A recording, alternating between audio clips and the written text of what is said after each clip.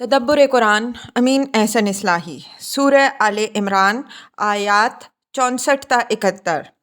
آگے کا مضمون حضرت مسیح علیہ السلام کی اصلی حقیقت واضح اور نصارہ پر حجت تمام کرنے کے بعد یہود و نصارہ دونوں کو مخاطب کر کے ان کو توحید اور اسلام کی دعوت دی ہے۔ اس کا آغاز اس طرح فرمایا ہے کہ توحید کو ایک مشترک حقیقت قرار دیا ہے کہ جس طرح اسلام اس کی دعوت لے کر آیا ہے اسی طرح پچھلے انبیاء علیہم السلام اور صحیفوں نے بھی اسی کی دعوت دی ہے۔ اس وجہ سے اگر تم توحید کو جھٹلاتے ہو تو صرف قرآن کو نہیں جھٹلاتے بلکہ خود اپنے انبیاء اور اپنے صحیفوں کو بھی جھٹلاتے ہو۔ پھر حضرت ابراہیم علیہ السلام کا حوالہ دیا ہے کہ اپنی بدعات کی تائید میں ان کے نام کو کیوں ملوث کرتے ہو۔ وہ تو نہ یہودی تھے نہ نصرانی، وہ تو ایک حنیف مسلم تھے۔ تورات اور انجیل ان کے بعد نازل ہوئیں اور یہودیت و نصرانیت کے شاخسانے تم نے ان کے بعد کھڑے کیے، پھر اپنی حمایت میں ان کو کیوں گھسیٹنے کی کوشش کرتے ہو؟ ان کے ساتھ نسبت اور قربت کے حقدار تو وہ ہو سکتے ہیں جو ان کی ملت اسلام کی پیروی کریں، اور یہ شرف اگر حاصل ہے تو محمد صلی اللہ علیہ وسلم کو اور ان پر ایمان لانے والوں کو حاصل ہے، نہ کہ تم کو جو اسلام کی مخالفت میں پیش ہو۔ اس کے بعد مسلمانوں کو تنبیہ ہے کہ ان اہل کتاب کے فتنوں سے بچ کے رہو۔ ان کی ساری کوشش اس بات کے لیے ہے کہ تمہیں صراط مستقیم سے ہٹا کر گمراہی کی راہ پر ڈال دیں۔ ساتھ ہی اہل کتاب کو بھی سرزنش کی ہے کہ جانتے بوجھتے کہ حق کیا ہے اس حق کی مخالفت کرنا اور دوسروں کو بھی اس حق سے برگزشتہ کرنا کی کوشش کرنا۔ آخر یہ کیا پیشہ ہے جو تم نے اہل کتاب ہوتے ہوئے اپنے لیے پسند کیا ہے؟ اب اس روشنی میں آگے کی آیات کی تلاوت فرمائیے۔ اعوذ باللہ من الشیطان الرجیم، بسم اللہ الرحمن الرحیم۔ قل یا اہل الکتاب تعالوا الی کلمۃ سواء بیننا و بینکم الا نعبد الا اللہ ولا نشرک بہ شیئا ولا یتخذ بعضنا بعضا اربابا من دون اللہ فإن تولوا فقولوا اشہدوا بأننا مسلمون۔ یا اہل الکتاب لم تحاجون فی ابراہیم وما انزلت التوراۃ والانجیل الا من بعدہ افلا تعقلون۔ ہا انتم ہؤلاء حاججتم فیما لکم بہ علم فلم تحاجون فیما لیس لکم بہ علم واللہ یعلم وانتم لا تعلمون۔ ما کان ابراہیم یہودیا ولا نصرانیا ولکن کان حنیفا مسلما وما کان من المشرکین۔ انا اولی الناس بابراہیم للذین اتبعوہ وہذا النبی والذین آمنوا واللہ ولی المؤمنین۔ ودت طائفۃ من اہل الکتاب لو یضلونکم وما یضلون الا انفسہم وما یشعرون۔ یا اہل الکتاب لم تکفرون بآیات اللہ وانتم تشہدون۔ یا اہل الکتاب لم تلبسون الحق بالباطل وتکتمون الحق وانتم تعلمون۔ ترجمہ: کہہ دو اے اہل کتاب، اس چیز کی طرف آؤ جو ہمارے اور تمہارے درمیان یکساں مشترک ہے، یہ کہ ہم اللہ کے سوا کسی کی عبادت نہ کریں اور نہ اس کے ساتھ کسی چیز کو شریک ٹھہرائیں، اور نہ ہم میں سے کوئی ایک دوسرے کو اللہ کے سوا رب ٹھہرائے۔ اگر وہ اس چیز سے اعراض کرے تو کہہ دو کہ گواہ رہو کہ ہم تو مسلم ہیں۔ اے اہل کتاب، تم ابراہیم کے بارے میں کیوں حجت کرتے ہو؟ حالانکہ تورات اور انجیل نہیں نازل کی گئیں مگر اس کے بعد۔ کیا تم اس بات کو نہیں سمجھتے؟ تمہیں لوگ ہو کہ تم نے حجت کی ان چیزوں کے بارے میں جن کے باب میں تمہیں کچھ علم تھا، تو اس چیز کے بارے میں کیوں حجت کرتے ہو جس کے باب میں تمہیں کوئی علم نہیں؟ اللہ جانتا ہے، تم نہیں جانتے۔ ابراہیم نہ تو یہودی تھا نہ نصرانی بلکہ حنیف مسلم تھا، اور وہ مشرکین میں سے بھی نہ تھا۔ ابراہیم کے ساتھ نسبت کے سب سے زیادہ حقدار وہ ہیں جنہوں نے اس کی پیروی کی، پھر یہ پیغمبر ہیں اور جو ان پر ایمان لائے، اور اللہ اہل ایمان کا ساتھی ہے۔ اہل کتاب کا ایک گروہ یہ آرزو رکھتا ہے کہ کاش تمہیں گمراہ کر دیں، حالانکہ وہ نہیں گمراہ کرتے مگر اپنے ہی کو، لیکن وہ اس کا احساس نہیں کرتے۔ اے اہل کتاب، اللہ کی آیات کا کیوں انکار کرتے ہو؟ حالانکہ تم گواہ ہو۔ اے اہل کتاب، تم کیوں حق کو باطل کے ساتھ گڈمٹ کرتے ہو اور حق کو چھپاتے ہو، درحالانکہ تم جانتے ہو۔ الفاظ کی تحقیق اور آیات کی وضاحت۔ قُلْ يَا أَهْلَ الْكِتَابِ تَعَالَوْا إِلَىٰ كَلِمَةٍ سَوَاءٍ بَيْنَنَا وَبَيْنَكُمْ أَلَّا نَعْبُدَ إِلَّا اللَّهَ وَلَا نُشْرِكَ بِهِ شَيْئًا وَلَا يَتَّخِذَ بَعْضُنَا بَعْضًا أَرْبَابًا مِّن دُونِ اللَّهِ فَإِن تَوَلَّوْا فَقُولُوا اشْهَدُوا بِأَنَّا مُسْلِمُونَ۔ یا اہل الکتاب کا خطاب اگرچہ یہود و نصارہ دونوں سے یکساں ہیں، لیکن اس سورہ میں نصارہ چونکہ خاص طور پر مخاطب ہیں، اس وجہ سے روئے سخن ان کی طرف زیادہ ہے۔ سوا ان کے معنی وسط کے ہیں۔ سوا اور رأس سر کے بیچ کے حصے کو کہیں گے۔ سوا الطریق کے معنی ہوں گے وسط شاہراہ۔ جو چیز دو جماعتوں کے بیچوں بیچ ہوگی وہ دونوں میں یکساں، مشترک، مسلم اور جانی پہچانی ہوگی۔ توحید کے متعلق قرآن مجید کا دعویٰ یہ ہے کہ یہ اہل کتاب اور مسلمانوں کے درمیان یکساں، مشترک اور مسلم ہے۔ قرآن نے اسی مشترک کلمے کو بنیاد قرار دے کر ان سے بحث کا آغاز کیا ہے کہ جب توحید ہمارے اور تمہارے درمیان ایک مشترک حقیقت ہے تو موازنہ کرو کہ اس قدر مشترک کے معیار پر قرآن اور اسلام پورے اترتے ہیں یا یہودیت اور نصرانیت۔ بحث کا یہ طریقہ قرآن کے اس قرارداد طریقے کے بالکل مطابق ہے جس کی اس آیت ادعو الی سبیل ربک بالحکمت والموعظۃ الحسنہ، اپنے رب کے راستے کی طرف حکمت اور اچھی نصیحت کے ذریعے سے دعوت دو میں تلقین فرمائی ہے۔ اس طریقہ حکمت کا ایک خاص پہلو یہ ہے کہ اگر مخاطب سے بحث کے لیے کوئی مشترک بنیاد مل سکتی ہو تو اسی پر گفتگو کو آگے بڑھایا جائے، خواہ مخواہ اپنی انفرادیت کی دھونس جمانے کی کوشش نہ کی جائے۔ چنانچہ قرآن نے یہاں یہی طریقہ اختیار فرمایا ہے۔ اہل کتاب آسمانی صحیفوں کے حامل ہونے کے سبب سے توحید کی تعلیم سے اچھی طرح آشنا بھی تھے اور اس کے علمبردار ہونے کے مدعی بھی تھے۔ ان کے صحیفوں میں نہایت واضح الفاظ میں توحید کی تعلیم موجود تھی۔ انہوں نے اگر شرک اختیار کیا تھا تو اس کی وجہ سے نہیں کہ ان کے دین میں شرک کے لیے کوئی گنجائش تھی، بلکہ اپنے نبیوں اور صحیفوں کی تعلیمات کے بالکل خلاف محض بدعت کی راہ سے انہوں نے یہ چیز اختیار کی اور پھر متشابہات کی پیروی کر کے، جیسا کہ ہم اوپر اشارہ کر آئے ہیں، اس کے حق میں الٹی سیدھی دلیلیں گھڑنے کی کوشش کی۔ قرآن نے ان کو دعوت دی ہے کہ یہ بات ہمارے اور تمہارے درمیان یکساں مسلم ہے کہ اللہ کے سوا نہ کسی کی بندگی کی جائے، نہ اس کا کسی کو ساجی ٹھہرایا جائے اور نہ ہم میں سے کوئی ایک دوسرے کو رب ٹھہرائے۔ پھر اس مسلم و مشترک حقیقت کے برخلاف تم نے خدا کی عبادت میں دوسروں کو شریک کیوں بنا رکھا ہے اور اپنے احبار و رہبان اور فقیہیوں صوفیوں کو اربابا من دون اللہ کا درجہ کیوں دے دیا؟ اسی نقطہ سے بحث کا آغاز کیا ہے اور پھر بتدریج اس کے تقاضے اور لوازم واضح فرمائے ہیں، اور جو چیزیں اس کے تقاضوں کے خلاف اہل کتاب میں پیدا ہو گئی تھیں ان کی تردید فرمائی ہے۔ یہ بات کہ توحید بنیادی طور پر ہمارے اور اہل کتاب کے درمیان ایک مشترک حقیقت کی حیثیت رکھتی ہے، وضاحت کی محتاج نہیں ہے۔ جو شخص بھی تورات اور انجیل پر نگاہ رکھتا ہے وہ اس سے اچھی طرح واقف ہے۔ جہاں تک تورات کا تعلق ہے، اس میں تو توحید کی تعلیم اس قدر وضاحت اور قطعیت اور اتنی کثرت کے ساتھ ہے کہ اس کے حوالے نقل کرنا محض بات کو طول دینا ہوگا۔ البتہ انجیل سے کچھ حوالے ہم یہاں پیش کرتے ہیں، اس لیے کہ توحید کے معاملے میں سب سے زیادہ گمراہی نصارہ ہی کو پیش آئی ہے، اور آیت میں در حقیقت جیسا کہ ہم اوپر اشارہ کر چکے ہیں روئے سخن بھی انہی کی طرف ہے۔ لوکا باب 4 آیت 8 میں ہے، یسوع نے جواب میں اس سے کہا، لکھا ہے کہ تو خداوند اپنے خدا کو سجدہ کر اور اسی کی بندگی کر۔ مرقس باب 12 آیات 29-30 میں ہے، یسوع نے جواب دیا کہ اول حکم یہ ہے، اے اسرائیل سن، خداوند ہمارا خدا ایک ہی خداوند ہے۔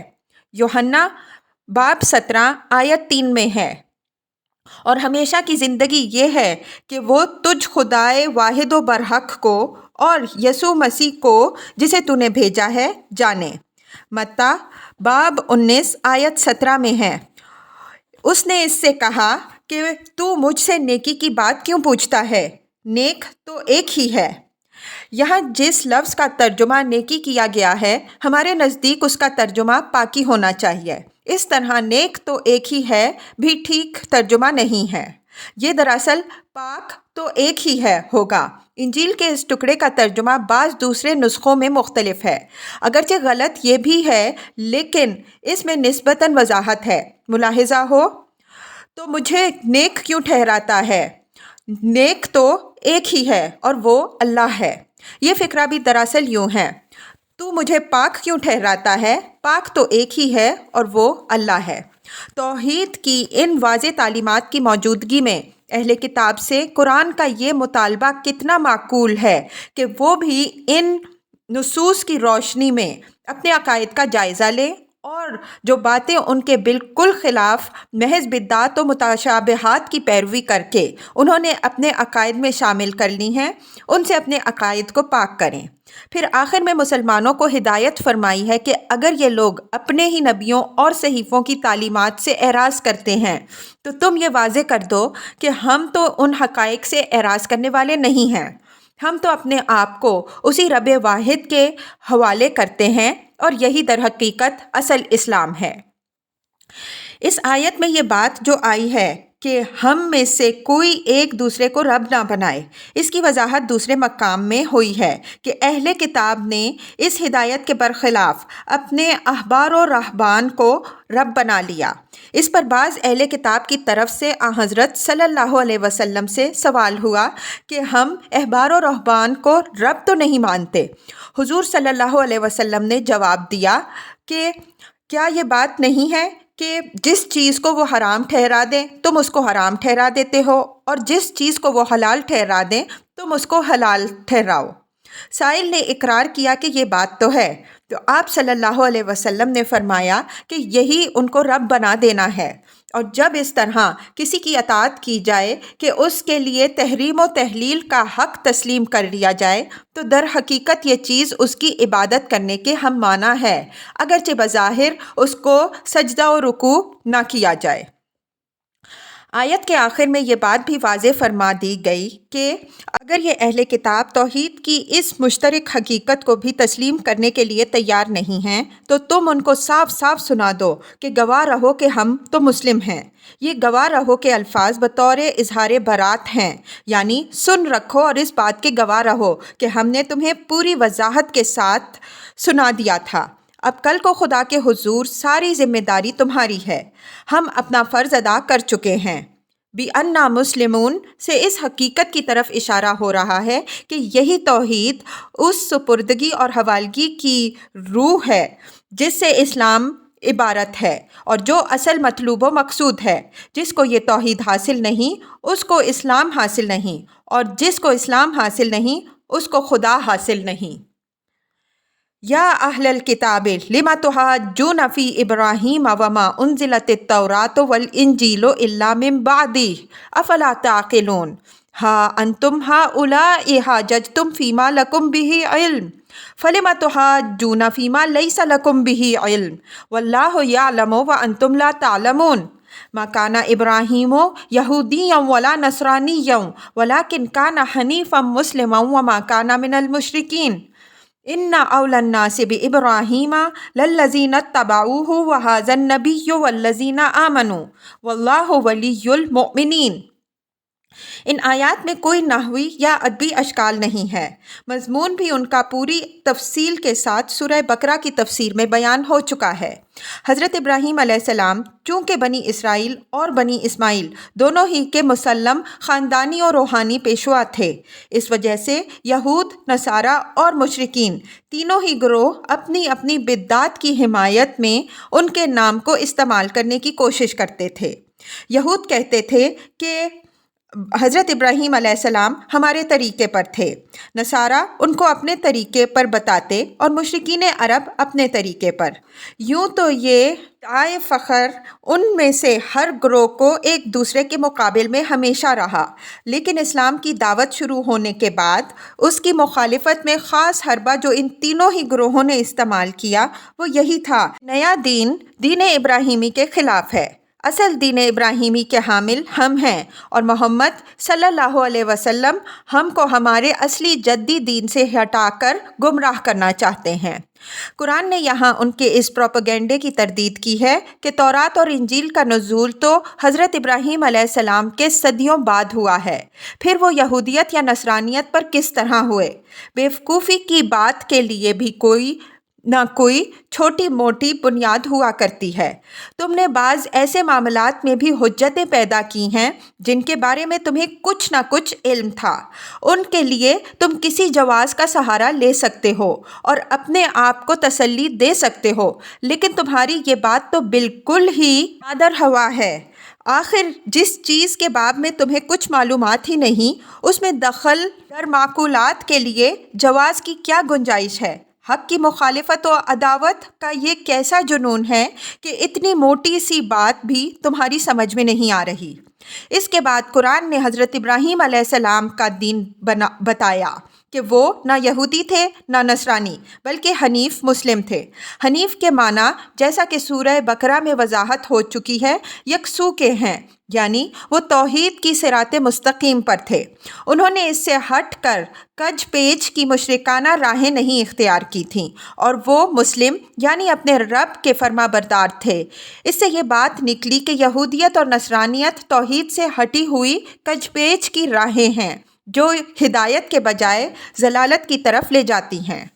اس کے ساتھ ہی اس بات کی بھی وضاحت فرما دی کہ جس طرح حضرت ابراہیم علیہ السلام کو یہودیت اور نصرانیت سے کوئی تعلق نہیں ہے، اسی طرح ان کو مشرکین سے بھی کوئی واسطہ نہیں ہے۔ یہ بات جملے کے عام سیاق سے الگ کر کے اس لیے فرمائی کہ یہ مشرکین بنی اسماعیل کی تردید میں ہے جو اس سورہ میں براہ راست مخاطب نہیں ہیں۔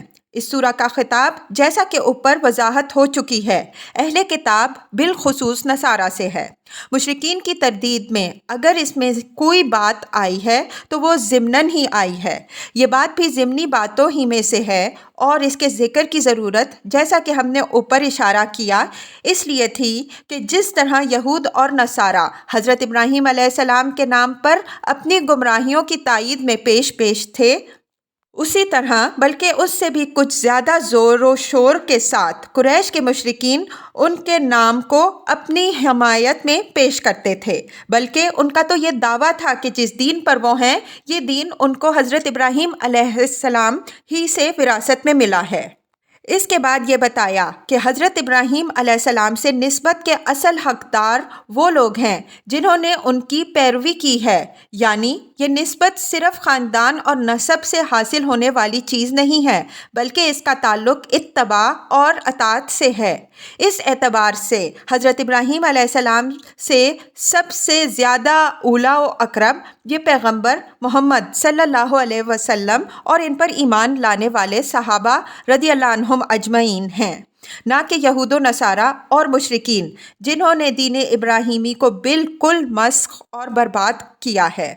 آخر میں فرمایا کہ یہی اہل ایمان ہیں جن کا ساتھی اللہ ہے، وہ ان کی مدد فرمائے گا اور ان کے مخالفوں پر ان کو غالب کرے گا، اس لیے کہ یہی اس دین حق پر ہیں جو حضرت ابراہیم علیہ السلام لے کر آئے تھے۔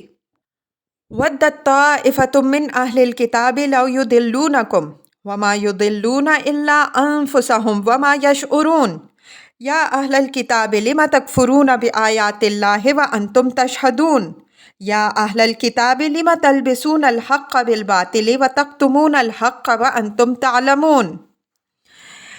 ان میں سے پہلی آیت کا خطاب مسلمانوں سے بطور تنبیہ ہے کہ یہود اور نصارہ یہ اچھی طرح جانتے ہیں کہ حضرت ابراہیم علیہ السلام کو یہودیت اور نصرانیت کی ان بدعات سے کوئی ادنا تعلق بھی نہیں تھا، لیکن اس کے باوجود وہ محض اس لیے پروپیگنڈا کر رہے ہیں کہ تمہیں تمہارے دین حق سے برگزشتہ کریں۔ حالانکہ اس کوشش سے وہ صرف اپنی ہی محرومی اور گمراہی کا سامان کر رہے ہیں۔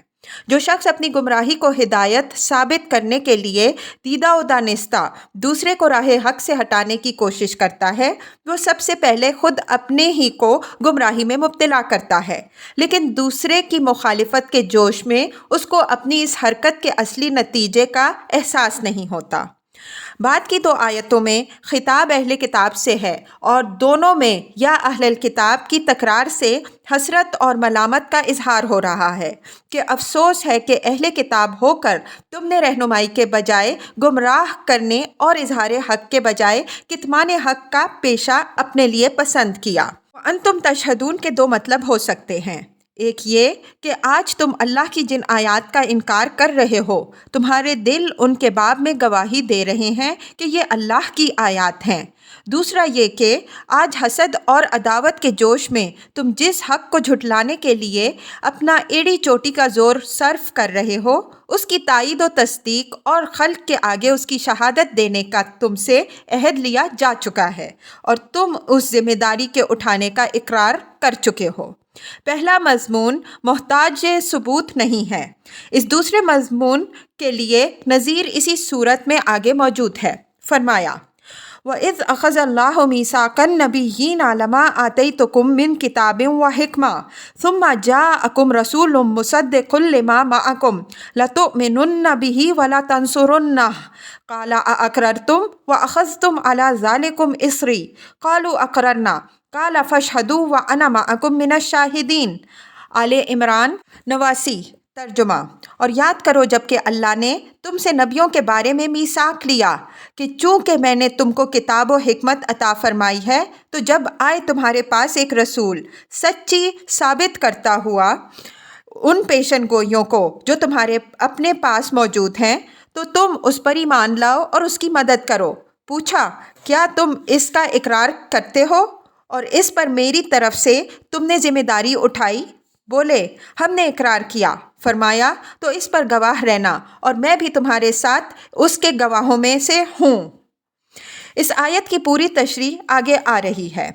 حق اور باطل کو ایک دوسرے کے ساتھ گڈمڈ کرنے کی وضاحت سورہ بقرہ کی تفسیر میں اچھی طرح ہو چکی ہے۔ یہود نے یوں تو پوری تورات کو اپنی تحریفات سے مسخ کر ڈالا تھا، جس کے سبب سے حق و باطل کا امتیاز مشکل ہو گیا تھا، لیکن یہاں خاص طور پر ان کی ان تحریفات کی طرف اشارہ ہے جو انہوں نے حضرت ابراہیم علیہ السلام، حضرت اسماعیل علیہ السلام اور تعمیر بیت اللہ سے متعلق حالات و واقعات اور حضرت صلی اللہ علیہ وسلم کی پیشن گوئیوں کے اندر کی تھی۔ ان تحریفات کا مقصد یہ تھا کہ حضرت ابراہیم علیہ السلام کا تعلق مکہ اور بیت اللہ سے اس طرح کاٹ دیا جائے کہ حضرت صلی اللہ علیہ وسلم کے متعلق انبیاء علیہم السلام کے بیان کردہ حقائق پر پردہ ڈالا جا سکے۔ قرآن کے الفاظ وَأَنْتُمْ تَعْلَمُونَ سے معلوم ہوتا ہے کہ زمانہ نزول قرآن کے علماء یہود بھی ان تحریفات سے واقف تھے، اور فی الواقع ان تحریفات کی نوعیت ہے ہی ایسی کہ ادنیٰ تأمل ان پر گرفت کی جا سکتی ہے۔ یہ ملحوظ رہے کہ یہاں زیر بحث یہود کے عوام کا کردار نہیں بلکہ ان کے علماء کا کردار ہے۔ سیاق و سباق اور آیت کے الفاظ اس پر دلیل ہیں۔